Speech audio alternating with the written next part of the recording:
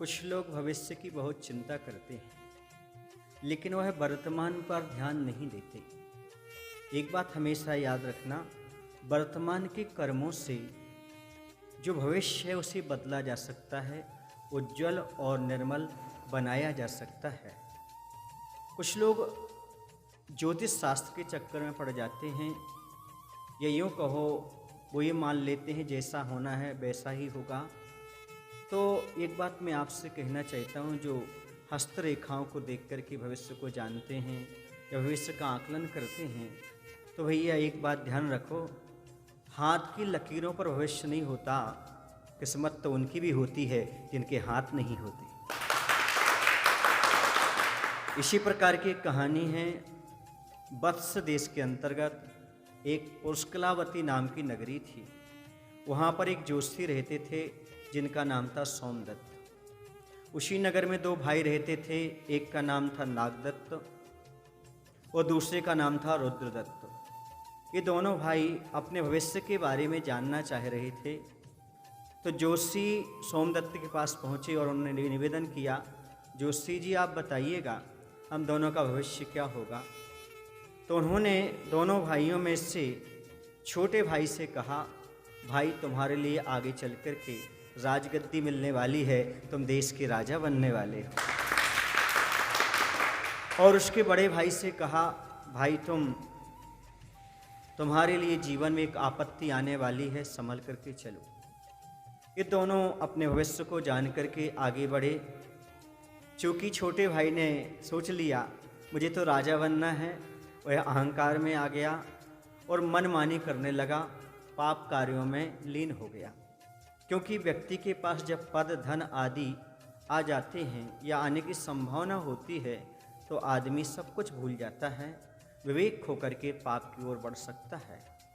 लेकिन वह जो उसका भाई बड़ा था, उसने सोचा पता नहीं कब जीवन में आपत्ति आ जाए, इसलिए उसने सात्विक जीवन जीना प्रारंभ कर लिया। परोपकार के काम करने लगा, भगवान के मंदिर में जाने लगा और बहुत सारे अच्छे निर्मल कार्य विचार आदि रखने लगा, करने लगा। अब समय बीतता गया। वह समय आया, ऐसा समय आया कि जहाँ उस देश के जो राजा थे सूर्य नारायण, उनका अवसान हो गया। तो उन्हें जो और राजमंत्री थे, उन्हें राजा की तलाश थी। तो उन्होंने बहुत सारे लोगों को बुलाया परीक्षा करने के लिए। तो ये दोनों भाई भी वहाँ पर पहुँचे। तो ऐसा हुआ कि इसका चाल चलन, विचार, सेवा भाव देख कर के जो उसका बड़ा भाई था, जिससे कहा था कि तुम्हारे ऊपर कोई आपत्ति आने वाली है, उसको राजा बना दिया और राजपद प्रदान कर दिया। और जो उसका छोटा भाई था, जिसे राजा बनना था, उससे कुछ नहीं कहा।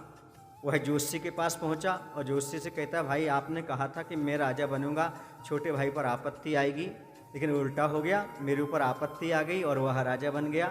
बोले इसमें मेरा कोई दोष नहीं है। जो मैंने आपके सामने भविष्यवाणियाँ की थी, उसके बाद आप दोनों ने क्या किया ये बताओ। क्योंकि भविष्य तो भविष्य है, उसे बदला भी जा सकता है वर्तमान के पुरुषार्थ से, और उससे अच्छा ही बनाया जाता, बुरा भी बनाया जा सकता। इसलिए भविष्य का निर्माण कोई भाग्य नहीं करता, हमारे भाव करते, हमारे परिणाम किया करते। आपने क्या किया? उसने अपनी घटना बताई, इसने अपनी घटना बताई। उसने कहा देखो भाई, इसमें हमारा क्या दोष है, बुरे आचरण से अच्छा भविष्य भी बुरा हो जाता है, और अच्छे आचरण से जो आगे भविष्य बुरा होने वाला वो भी अच्छा हो जाता है। कहने का तात्पर्य है, वर्तमान के कर्मों से हम आगे के भविष्य को बदल सकते हैं। भाग्य, इस कहानी से शिक्षा मिलती है कि भाग्य उन्हीं का साथ देता है जो वर्तमान में अच्छे काम किया करते हैं। इसलिए आप अपने जीवन में अच्छा काम करिएगा, भाग्य आपका साथ देगा, किस्मत आपकी साथ देगी। क्योंकि किस्मत के ताले जो हुआ करते हैं वो पुरुषार्थ के माध्यम से ही खुला करते हैं।